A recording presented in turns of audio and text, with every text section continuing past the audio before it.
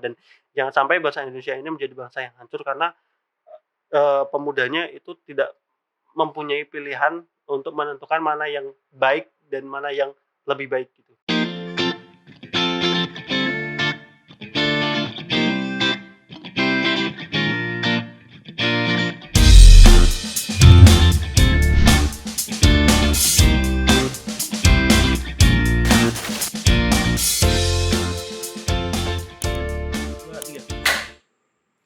Halo, selamat datang di Serangkai Satu Channel. Nah, kali ini, balik lagi di segmen opini, Serangkai Opini, masih bareng dengan aku Adi Ansah, dan di sini nanti kita akan, akan sedikit ngungkapin salah satu, opini terkait yang akan kita jalani dalam kurun waktu masih 2 tahun lagi, tapi sudah mulai ramai nih dari sekarang. Apa itu?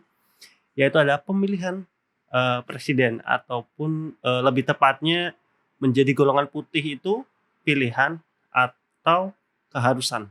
Nah, sekarang tapi biasa untuk, serangkai opini sebelum kita masuk pada opiniku terkait, golput atau golongan putih, kita bacakan dulu nih, ada berita apa, hari ini, 1 atau 2 berita lah. Ini kita record di Sabtu 9 Juli 2022, tepatnya pukul 11.42. Di CNBC langsung dari laman berita cnbcindonesia.com, yaitu kasus COVID di Republik Indonesia naik, aturan perjalanan kembali diketatkan. Nah, ini beritanya berkaitan dengan kasus COVID yang kemarin sudah ada beberapa perubahan dalam hal regulasi perjalanan seperti yang vaksin dosis kedua udah harus PCR, antigen. Karena kan sebelumnya waktu mau lebaran itu kan perjalanan khususnya kayak kereta atau perjalanan dalam negeri jarak jauh itu kan, diwajibkan untuk booster dan, kalau yang baru vaksin 1 atau vaksin dosis kedua itu masih diharuskan untuk tes antigen ataupun, PCR gitu. Nah, kemarin kan setelah, lebaran itu kan dihapuskan kan, dalam artian, vaksin kedua itu, sudah diperbolehkan tidak perlu, menggunakan tes antigen lagi gitu. Nah, tapi, karena memang, kalau dari beritanya karena kasus COVID ini mulai naik lagi di Republik Indonesia, makanya, ada peraturan baru lagi dari Satgas, COVID-19, khususnya Indonesia untuk perjalanan dalam negeri sepertinya akan, diberlakukan kembali untuk vaksin dosis kedua untuk menggunakan antigen dan PCR. Tapi nanti, pastinya seperti apa nanti kita coba ikutin perkembangannya. Tapi kalau melihat dari informasinya kita ya, sebaiknya untuk yang belum vaksin, booster atau vaksin dosis ketiga ini harus, ngambil nih, vaksin booster ketiga gitu. Karena kita nggak tahu ya namanya regulasi seperti ini kadang berubah lagi, kalau dari kita sih sebagai masyarakat, aku pun jujur aja sih, capek gitu ketika aturan ini berubah-ubah seperti ini, nggak ada kepastian, tetap. Ya udah kalau misalnya dari pemerintah memang mau mewajibkan kita untuk vaksin ketiga atau booster, kenapa harus dirubah-rubah seperti ini gitu, harus booster yang vaksin kedua kemarin sekarang udah harus antigen, nanti antigen lagi, nggak antigen lagi, itu, bingung jadinya ke kitanya gitu. Karena, salah satu pertimbangan kita untuk vaksin kan yang satu pasti agar kita terhindar dari virus tersebut gitu, yang kedua, ya tidak menutup kemungkinan, memang kita butuh itu untuk akses-akses perjalanan, terutama untuk yang, kerjaannya sering keluar kota atau menggunakan transportasi umum, baik itu darat, kereta, ataupun, transportasi udara, pesawat. Jadi buat, sahabat-sahabat Serangkai Satu yang mungkin baru vaksin dosis, 1 atau kedua sebaiknya, langsung mencari informasi di daerah masing-masing untuk vaksin booster ketiga, biar kedepannya itu, sudah tidak terganggu lagi gitu dengan adanya perubahan-perubahan regulasi seperti ini. Nah, itu aja. Aku pun jujur aja belum, booster ketiga karena, sering terdapat kendala lah ketika mau booster ketiga. Waktu itu ada mau booster ketiga dari perusahaan tiba-tiba, mengirim ada kegiatan keluar kota sehingga gagal lagi. Nah, ini mungkin dalam waktu dekat ini, karena memang pekerjaanku sendiri juga, harus menuntut untuk perjalanan keluar kota dan lain-lain, aku juga ini lagi, menyesuaikan waktu untuk mengambil vaksin booster ketiga. Nah, itu, berita pertama. Kemudian kita coba, beralih ke Detik News coba ada berita apa hari ini? Baik, ini 12 menit yang lalu, tepatnya di Sabtu 9 Juli tahun 2022, pukul 11.33 waktu Indonesia bagian barat. Yaitu judul berita ada 34 gempa susulan di Lumajang usai terjadi gempa di 5,2 Richter. Ya di getaran 5,2. Jadi gempa bumi dengan magnitudo 5,2 terjadi di selatan Jawa Timur, tepatnya wilayah Lumajang. Setelah itu tercatat ada 34 kali gempa susulan. Kepala Bidang Mitigasi Gempa Bumi dan Tsunami BMKG, Daryono, melalui akun Twitternya @DaryonoBMKG, sebelum dimutakhirkan dilaporkan kekuatan gempa di Lumajang yakni di magnitudo 5,4. Menurut BMKG, hasil monitoring hingga saat pukul 11 waktu Indonesia bagian barat telah terjadi 34 kali aktivitas gempa susulan di selatan Jawa Timur. Kemudian rentetan gempa itu dihitung per pukul 03.27 waktu Indonesia bagian barat atau saat terjadinya gempa utama dengan magnitudo 5,2. Dia menambahkan ada 2 kali aktivitas gempa pembuka sebelum gempa utama berkekuatan 5,2 Richter. Dia mengatakan gempa magnitudo 5 yang terjadi pada pukul 9.53 waktu Indonesia Barat ini juga merupakan bagian dari rangkaian gempa susulan dari gempa utama dengan magnitudo 5,2 yang terjadi pada pukul 3.27 waktu Indonesia Barat. Nah ini terjadi di Lumajang, semoga tidak menimbulkan korban jiwa ataupun kerusakan parah gitu. Jadi stay safe buat teman-teman yang ada di Lumajang dan juga seluruh di Indonesia. Kita harus tetap waspada karena memang yang namanya bencana itu tidak bisa kita hindari gitu, apalagi berkaitan dengan bencana alam seperti itu. Yang pasti kita tetap harus jaga alam kita supaya bisa tetap dinikmati oleh anak cucu kita atau generasi kedepannya gitu. Nah oke, itu 2 berita yang terbaru dari tadi Detik News sama CNBC ya, iya CNBC. Nah, kita lanjut ke pembahasan kita berkaitan dengan opini terkait golongan putih itu keharusan atau pilihan gitu. Nah, mungkin ada yang nggak tahu golongan putih itu apa sih? Golongan putih itu adalah orang-orang yang ketika dalam masa diberikan suatu pilihan, kita bicara sekarang langsung aja pada aspek pemilu ya.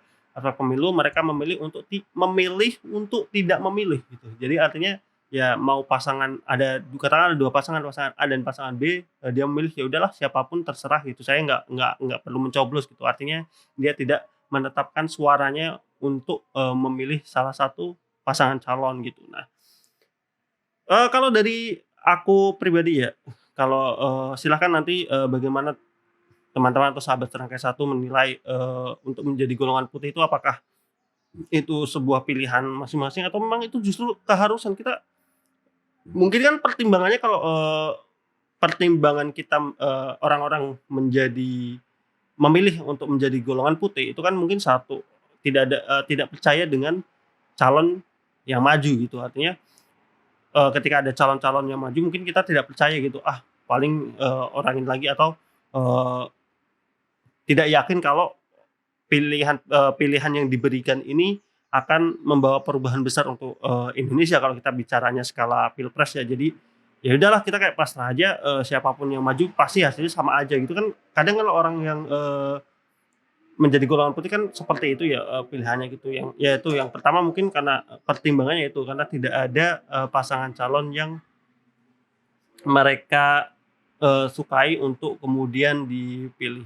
Nah mungkin selain itu ya biasanya orang milih kenapa dia akhirnya milih golput, mungkin karena dia tidak terlalu peduli dengan sistem perpolitikan Indonesia gitu. Karena kan banyak orang yang juga sebenarnya nggak suka ya dengan politik, karena banyak orang yang beranggapan bahwasanya ya politik tuh ujung-ujungnya sama aja gitu. Ada orang-orang di belakang permainan orang-orang politik lah ya, kita semua tahu seperti apa gitu. Dan aku pun sebenarnya juga salah satu orang yang nggak suka gitu ketika hubungannya dengan politik, karena dulu waktu di zaman kuliah pun kan organisasi-organisasi, bahkan kita nggak usah bicara setingkat Indonesia ya, setingkat desa atau apa, setingkat universitas saja gitu, kalau kita udah bicara terkait organisasi, eee, sebut aja BEM lah, Badan Eksekutif Mahasiswa, atau mungkin kalau di perkuliahan ada juga senat mahasiswanya. Nah itu juga jujur aja ada gitu permainan-permainan politik gitu, karena aku juga, dulu pernah gabung di salah satu tim sukses, pemilihan ketua BEM gitu di salah satu fakultas gitu di kampusku dulu, dan sering dapat cerita-cerita bahwasanya ada yang, paslonnya itu atau pasangan calonnya itu diajak ketemu terus, ditawari, berkaitan dengan, ada uang untuk kampanye, uang untuk promosi dari salah satu, organisasi lah, katakanlah aku bisa bilang ke salah satu organisasi yang harapannya nanti kalau udah kepilih itu nanti ya ada kontrak semacam, nanti orang-orang yang menjabat sebagai, kepala-kepala bidangnya itu siapa-siapa itu ya kayak gitu gitu. Bahkan ya itu yang aku bilang, bahkan, nggak usah bicara setingkat Indonesia, setingkat universitas saja, setingkat kampus, organisasi kampus saja yang orang-orang yang bahkan mungkin, ikut organisasi ya sebatas ingin meningkatkan hasil saja sudah ada gitu, perpolitikan politik-politik, uang seperti itu gitu, dan ini mungkin yang menjadi salah satu, apa ya, banyak orang itu jadi tidak percaya, dengan politik gitu. Jadi lebih baik ya udahlah apa, jadi nggak peduli aja sih sama politik dan lebih memilih golput. Jadi anggapan orang-orang yang golput tuh kebanyakan ya, berpikirnya suaraku itu nggak berpengaruh gitu untuk Indonesia gitu. Maksudnya mau aku milih, mau aku nggak milih itu juga nggak ngaruh gitu, karena, hasilnya juga maksudnya satu suara apa sih, gunanya gitu untuk, pemilihan yang masyarakatnya aja sampai ratusan juta ya, 190-an juta apa 200 aku, kurang update jumlah masyarakat di Indonesia gitu.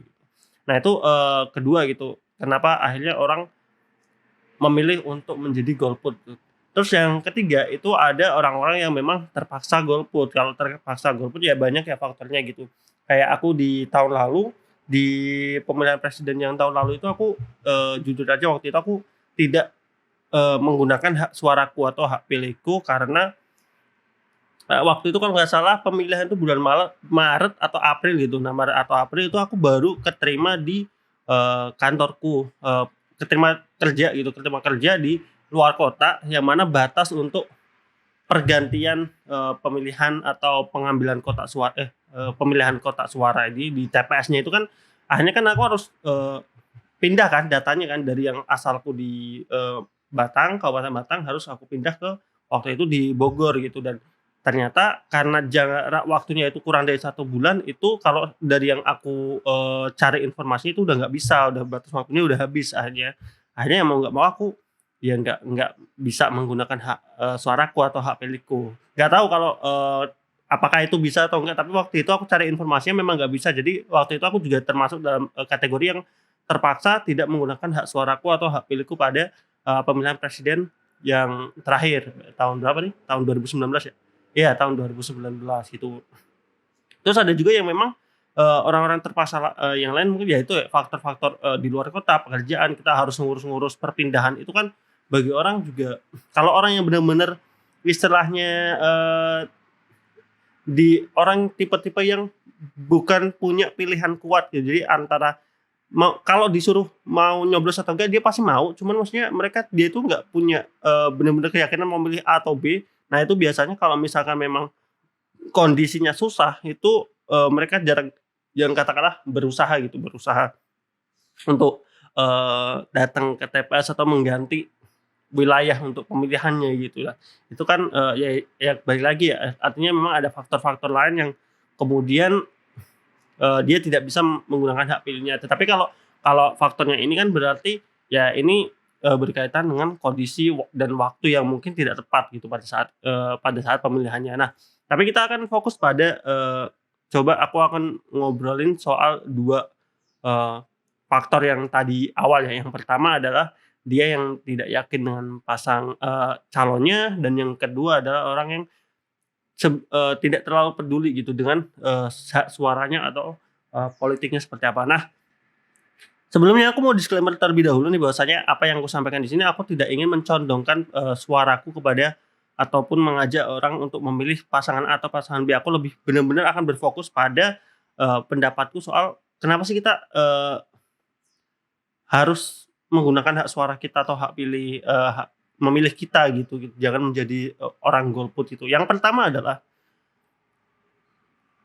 berkaitan dengan calonnya sendiri gitu, kita masih bersyukur gitu bahwasanya pemilihan-pemilihan presiden kita di 3 pemilu atau 4 pemilu ke belakang itu selalu diberikan lebih dari, 1 pasangan, artinya ada pilihanlah, baik itu 2 ataupun 3 pasangan calon, presiden gitu. Nah itu yang menurutku tidak bagus banget, tidak terlalu baik, tapi maksudku, setidaknya kita diberikan pilihan gitu. Kita kita tidak cuman hanya diberikan satu saja gitu pilihan, yang nanti jatuhnya akan, katakanlah aklamasi gitu, pemilihan ya udah saat kan cuman ada satu lawan katakanlah lawan dengan kotak kosong kan, ya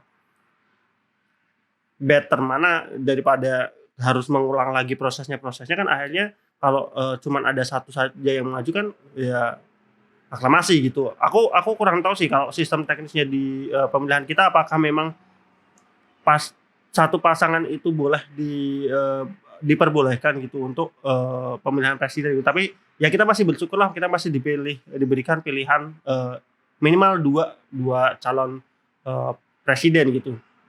Nah, ketika kita bicara pada calon presiden gitu, kita kadang berpikir, "Ah, si calon ini jelek nih, calon ini jelek," gitu.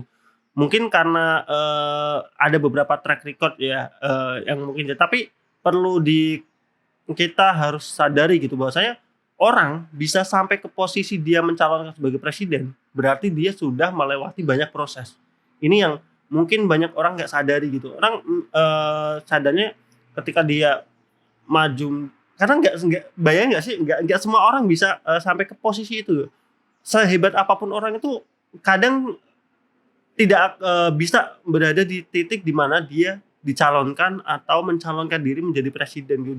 Jangankan presiden ya, katakanlah, kepala desa ataupun apapun itu kan juga nggak sembarang orang kemudian bisa mencalonkan. Ya memang benar ada faktor uang dalam artian kan untuk kampanye, untuk pendaftaran dan lain-lain gitu. Bahkan kalau di pemilihan presiden kan juga kita, demokrasinya dicalonkan dari partai politik kan gitu. Nah tapi kan untuk kemudian orang bisa naik di jajaran kan partai politik kan kadernya banyak gitu.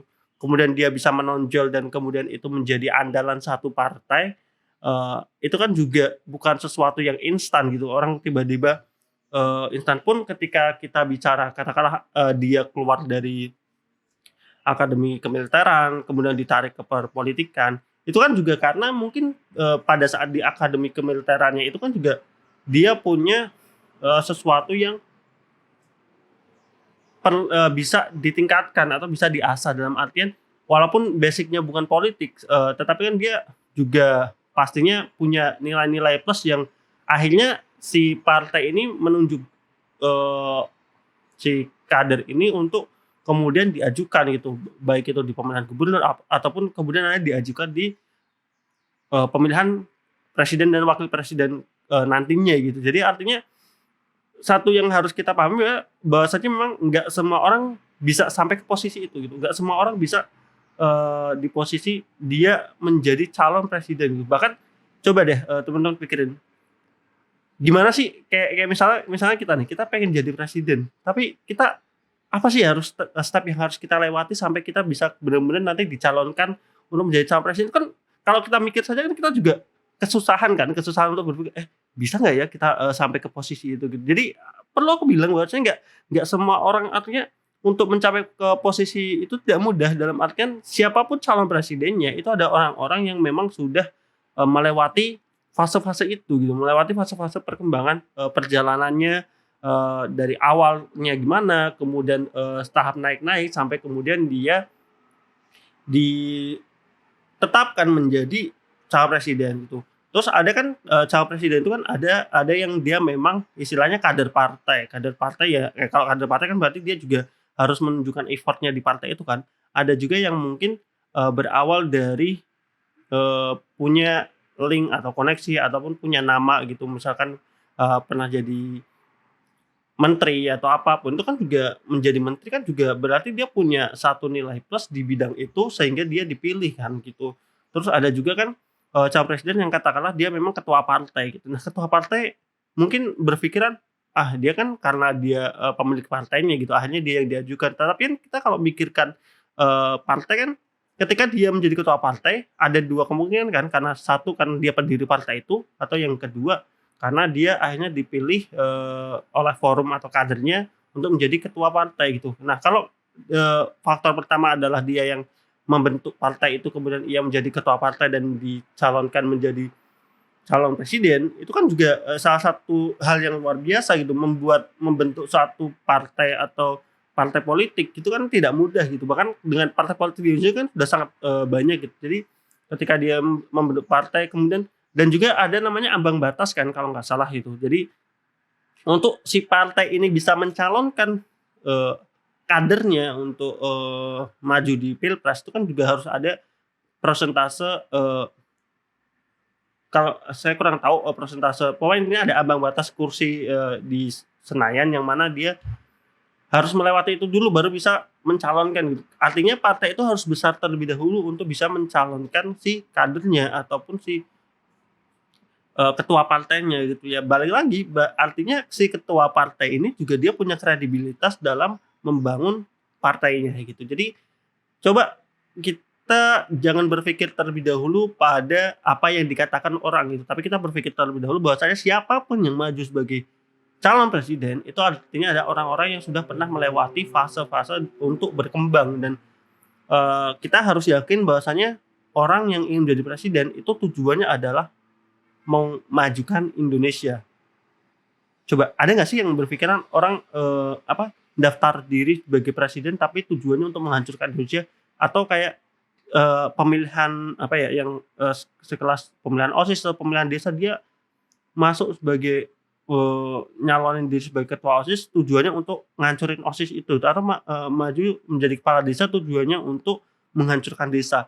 Kan kalau secara logika benernya itu kan nggak mungkin ya, maksudnya nggak mungkin ada lah, yang kayak gitu. Terlepas pada saat dia memimpin nanti katakanlah korupsi atau seperti apa, itu kan ada faktor-faktor lain. Tapi maksudku siapapun yang mau mencalonkan diri untuk menjadi presiden itu pasti punya tujuan baik untuk membangun Indonesia gitu. Nah, satu yang pengen aku apa ya, istilah utarakan pemikiranku adalah itu gitu. Jadi artinya siapapun yang maju mereka adalah, eee, kader-kader bangsa Indonesia gitu yang, memang punya kapabilitas untuk memimpin Indonesia. Terkait kapabilitasnya, seperti apa kan juga ya memang berbeda-beda. Nah, kemudian kalau kita udah berpikir bahwasanya namanya, kader capres atau cawapresnya itu sudah baik, yang kedua adalah kita sekarang sudah di dunia digital semuanya. Semua informasi kita sudah bisa akses gitu.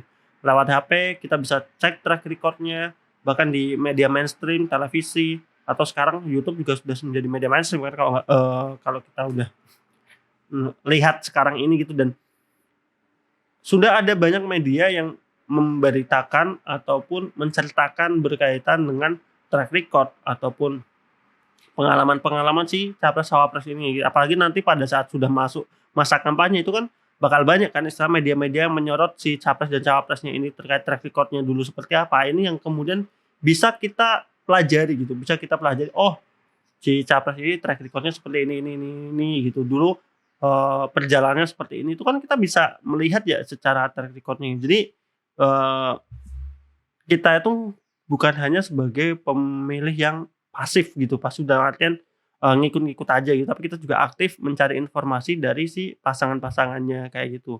Dan HP kan kita udah, sekarang udah dunia digital gitu, maksudnya apapun buruk dan baiknya orang itu, kalau sudah masuk digital itu sudah sangat susah gitu untuk dihapus dalam artian jejaknya gitu. Jadi menurutku untuk mencari keburukan orang saja udah sangat gampang gitu, mencari keburukan, calon presiden mencari keburukan juga bukan berarti hanya untuk cari keburukannya, tapi kita ingin tahu aja sih maksudnya si pasangan, si calon ini kekurangannya di mana, itu kan yang kemudian kita, bisa pelajari ya gitu. Kemudian media mainstream sendiri kayak televisi kan digunakan juga untuk ajang, debat visi atau debat visi misi, presiden. Nah itu kan salah satu wadah yang disediakan untuk kita masyarakat umum untuk melihat pandangan atau visi misi apa yang akan dibawa si capres-cawapresnya. Kita bisa lihat kok, maksudnya masyarakat kan sekarang udah nggak bodo-bodo amat lah, apalagi pemuda. Pemuda sekarang udah nggak bodo-bodo amat, kita udah tahu semua eee, perkembangan zaman dan jangan sampai kita dibodohin lagi gitu dengan janji-janji politik yang terlalu tidak realistis gitu. Maksudnya apa ya, janji politik itu kan bukan untuk diingkari. Memang kalau tidak salah secara undang-undang itu, ketika janji politiknya itu tidak terlaksana, itu memang tidak bersalah secara dasar hukum. Waktu itu kalau nggak salah pernah baca atau apa gitu, ada yang menyatakan seperti itu gitu. Karena ya balik lagi, kalau janji politik kan memang itu ada janji di awal, tapi pada di lapangannya mungkin kan berbeda gitu. Tapi kan kita bisa membedakan mana yang janjinya itu terlalu mengada-ada dan mana yang itu memang melihat faktor-faktor di lapangan gitu. Jadi kita bisa kurang lebih kita bisa tahulah mana yang janji-janji sepertinya hanya untuk membuat kita tersenyum saja, sama janji-janji yang bisa terlaksana secara realistisnya seperti apa gitu. Dan ya itu gitu, makanya jangan cuma pasif dengerin kata orang nih, si A milih ini, si B milih ini, atau keluargaku semuanya milih ini nih, masa aku milih yang ini gitu. Bahkan dulu aja di Pilpres tahun 2014 itu aku beda sendiri sama anggota keluargaku gitu. Aku pilih si A, keluargaku pilih si B gitu. Tetapi aku punya dasar gitu, maksudnya kenapa aku pilih A, itu aku juga punya dasar, punya alasan sendiri kan gitu, kenapa waktu itu aku pilih A gitu. Jadi bukan kemudian kita masuk dalam swing voter gitu kan, jadi cuman ngikut-ngikut doang gitu. Dan di tahun 2019 kemarin, kalau aku untungnya suaraku ternyata sama gitu dengan keluargaku, ya it's okay gitu. Dalam artian yang penting kita punya alasan sendiri aja sih untuk memilih paslon ataupun pada saat pemilu kita emang punya suara, kita mau memilih siapa dan alasannya kenapa. Itu yang penting. Jadi nggak cuma ngikut apa kata orang gitu. Yang ini juga yang bisa dikatakan berbahaya gitu. Karena kalau kita cuma ngikut-ngikut apa kata orang, ya jatuhnya kita hanya akan mendengarkan jeleknya dari orang yang tidak kita pilih. Jadi kita cuma dengarnya jeleknya ini tanpa mempertimbangkan bagusnya ini gitu. Jadi kita cuma ya karena akhir-akhir ini kan pemilu kita selalu dihiasi dengan adanya politik identitas ataupun politik-politik yang istilahnya menjatuhkan satu sama lain gitu, yang akhirnya bahkan itu juga berpengaruh pada hubungan pertemanan, hubungan keluarga, yang mana gara-gara beda pilihan kemudian kita berantem. Nah, itu kan kesadaran kita berdemokrasi itu yang perlu kita tanamkan dan waspadai gitu. Dalam artian aku sendiri punya pengalaman agak buruk gitu terkait masalah politik.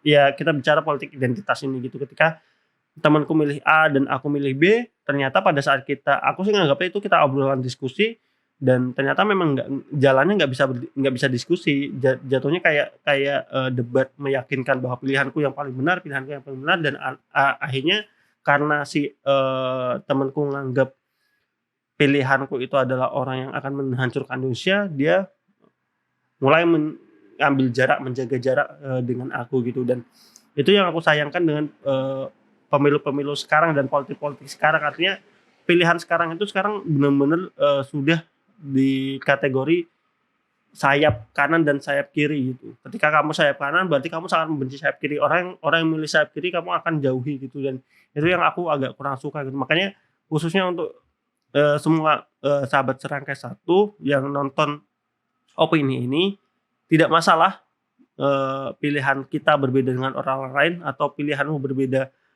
dengan temanmu ataupun keluargamu. Yang terpenting adalah satu, kamu punya alasan kenapa kamu memilih, kamu punya alasan kenapa kamu tidak memilih, dan perbedaan itu cukup pada saat pemilu itu dan hasil akhir keluar gitu. Jangan itu kemudian masuk ke dalam aspek-aspek yang lain sampai kita berantem hanya karena kita beda suara gitu.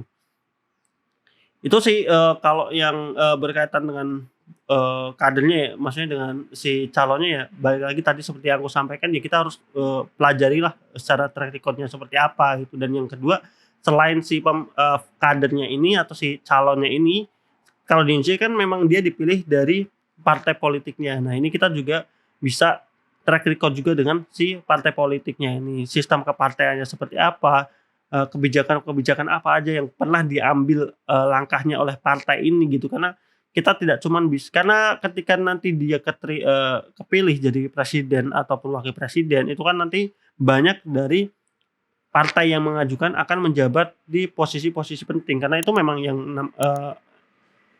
sistem demokrasinya memang seperti itu gitu. Jadi tadi sampai mana ya? Ya istilahnya, si partai ya ya kalau sistem demokrasi di kita itu kan partai ini punya pengaruh penting ya. Jadi ketika si, capres-cawapresnya ini kemudian terpilih, dia kan akan membawa orang-orang berkualitas dari partai-partai pendukungnya untuk memposisikan di posisi yang, strategis gitu. Dan ini yang kemudian kita juga harus pelajari terkait track record dari partainya itu juga gitu. Dan satu hal, apa ya, jangan membenci suatu, partai hanya kata orang. Sama kayak kita jangan membenci satu calon hanya karena, orang lain bilang apa gitu. Misalkan, eee, teman kita nih nggak suka sama partai katakanlah merah atau partai biru gitu, ya kita harus punya alasan gitu, kita nggak suka dengan partai itu karena apa, bisa dilihat kan sekarang bisa banyaklah bisa dilihat dari kader-kadernya, dari, bagaimana cara mereka berpolitik, kemudian kita juga bisa melihat dari bagaimana cara mereka, eee, apa ya, mengembangkan isu-isu, kan sekarang sekarang tuh ada namanya oposisi ya, partai oposisi gitu. Jadi kita bisa lihatlah gimana partai oposisi itu menanggapi si yang berkuasa atau kebalikannya gitu, bagaimana si yang berkuasa itu menanggapi dari oposisi gitu kan. Politik cerdasnya sekarang kan kita coba fokus pada politik cerdas lagi gitu, jangan bermain identitas-identitas lagi lah. Maksudnya, Indonesia itu kan negara yang beraneka ragam gitu, mau itu kemudian digiring ke masalah agama atau apapun ya pun kalau misalkan pilihan kita memang beda dengan orang lain, ya cukup di diri kita aja, kita punya pilihan yang berbeda tapi kita tidak perlu membenci orang lain hanya karena pilihan kita, berbeda gitu. Dan saling menghargai antar satu sama lain. Jadi poinnya adalah, menurutku golput golput itu bukan pilihan dan bukan keharusan. Golput itu seharusnya tidak ada. Jangan sampai, eee intinya suara kita, hak pilih kita itu akan menentukan siapa yang nanti akan berkuasa. Jangan sampai gara-gara kita, misalnya nih kita udah golput nih, kita golput ternyata, yang menang di pemilihan ini, eee, kurang baik gitu. Kita bersuara, "Tuh kan, apa aku bilang, presidennya kayak gini gini gini gini." Ya menurut aku lucu aja sih orang, kita nggak milih tapi kemudian ketika kebijakannya jelek kita komplain gitu. Kan jadi nggak fair dong. Eee, beda beda ketika kita misalnya kita milih A, ternyata yang kepilih adalah si B gitu. Kita milih A, yang kepilih adalah si B dan si B ini katakanlah, secara performanya jelek, yang, di situ kan kita punya istilahnya lebih ada hak untuk mengkritik gitu, mengkritik karena ya kita sudah pernah, memberikan suara kita kepada si lawannya, dalam artian ketika si B ini jelek kan kita punya ada rasa kepuasan namanya, "Oh, ya artinya pilihan kita pada saat, kemarin itu, mungkin mungkin tidak salah gitu, mungkin tidak salah artinya ketika kita mengkritik itu kita wajar karena kita juga punya hak kita udah menggunakan hak suara kita gitu. Jadi sejujurnya agak aneh ketika orang yang tidak menggunakan hak pilihnya, kemudian marah-marah kepada pemerintah, eee, karena balik lagi ya kamu tidak mengeluarkan suaramu, mengeluarkan hak pilihmu gitu pun tapi bukan berarti ketika yang, eee, terpilih itu bukan yang kita pilih, ketika yang terpilih itu bukan yang kita vote, bukan berarti kita kemudian menjelek-jelekan atau tidak mendukung, secara kepemimpinannya. Kita harus tetap mendukung karena balik lagi, kalau memang sudah terpilih itu kan artinya suara ataupun masa depan bangsa ini kan ada di tangan, peran besarnya juga ada di tangan yang terpilih itu ataupun dari presiden atau wakil presidennya. Ya kalau kita tidak dukung, kita hanya menjelek-jelekan atau seperti apa ya, ya berarti kita juga mendukung untuk kehancuran bangsa ini gitu. Jadi ya semoga opini yang kusampaikan ini bisa memberikan satu pandangan baru, khususnya buat yang sebelum-sebelumnya atau mungkin yang baru berusia 17 yang baru akan, nyoblos nih di pemilu next ke depannya di tahun 2024 untuk benar-benar bisa menggunakan suara hak pilihnya karena memang masa depan bangsa Indonesia ini berada di tangan kita semua gitu. Jangan terlalu banyak overthinking terhadap calon dan juga, partai-partai yang ada, tapi gunakanlah, akal pikirmu untuk menentukan mana yang baik dan mana yang benar tanpa mengurangi, rasa solidaritas dan juga keberagaman, kita sebagai bangsa Indonesia. Oke, itu aja, sampai ketemu lagi di Serangkai Opini, di Serangkai Satu Channel, masih bareng dengan saya Ardiansah. Mohon maaf kalau misalkan ada, hal-hal yang kurang dari opiniku, untuk bahasan kali ini, cuman ini hanya, salah satu kegelisahanku berkaitan dengan, masa depan bangsa dan juga pemuda ataupun masyarakat yang sekarang semakin tidak punya, pandangan gitu terkait perpolitikan Indonesia dan juga mungkin lebih akan memilih golput pada saat nanti pemilu di 2024 dan jangan sampai bangsa Indonesia ini menjadi bangsa yang hancur karena, pemudanya itu tidak mempunyai pilihan untuk menentukan mana yang baik dan mana yang lebih baik gitu. Tetap di Serangkai Satu Channel untuk konten-konten yang menarik, kita akan banyak konten menarik juga, ada podcast, kemudian ada Serangkai Opini juga, nanti juga kita masih coba untuk mengembangkan beberapa konten-konten menarik ke depannya. Jadi jangan lupa like, komen, dan subscribe. Kalau misalkan ada masukan dan hal lain bisa ditulis di kolom komentar. Nyalakan juga tombol notifikasinya. Ketemu lagi dengan aku Ardiansah di Serangkai Satu Channel. Dadah.